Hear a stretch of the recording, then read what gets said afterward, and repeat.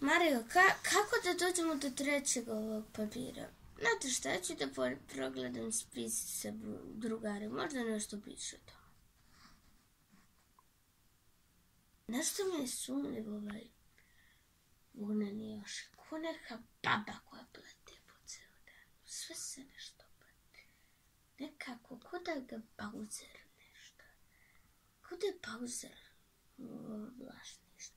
Ne znam. Ajmo da ga pratimo. Dobra ideja. Idemo.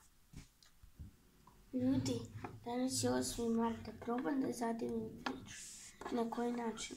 Pa probaj. Evo na koji način. Pičevi moja. Bowseru, što se me zarabio.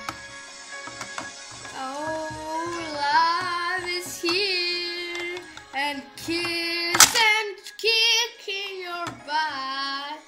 And oh, I killed him in 8th March this year. Doviđenja. Nadam se da ste uživali u ovom pogledu. Vučko, koliko si ubio ljudi? 100. Dobro si mi za ovaj posao. Znaš, ovi ljudi su počeli me provaljuju moji zarobljenici i Bowserovi. Bowserovi, odmah uzimam posao. Sad ti se gubi. Sve ovo na mojim rukama. Okej.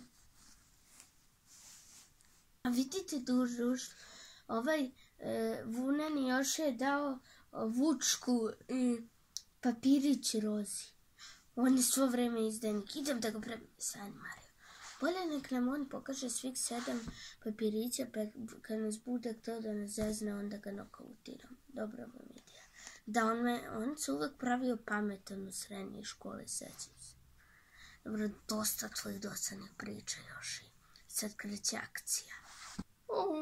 Ja mrzim ovaj zid. Sarajevo, bilo je to dobra olimpijada. Bam! Šta? Haha. Sad ću vas pobiti. Vučko, ti trebaš da hvataš 3 svinje i da mi uništavaš krovove i da budeš maskota u olimpijadi.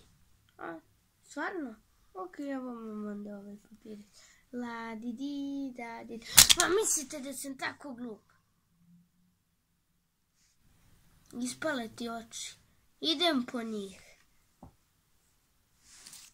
You got a paper.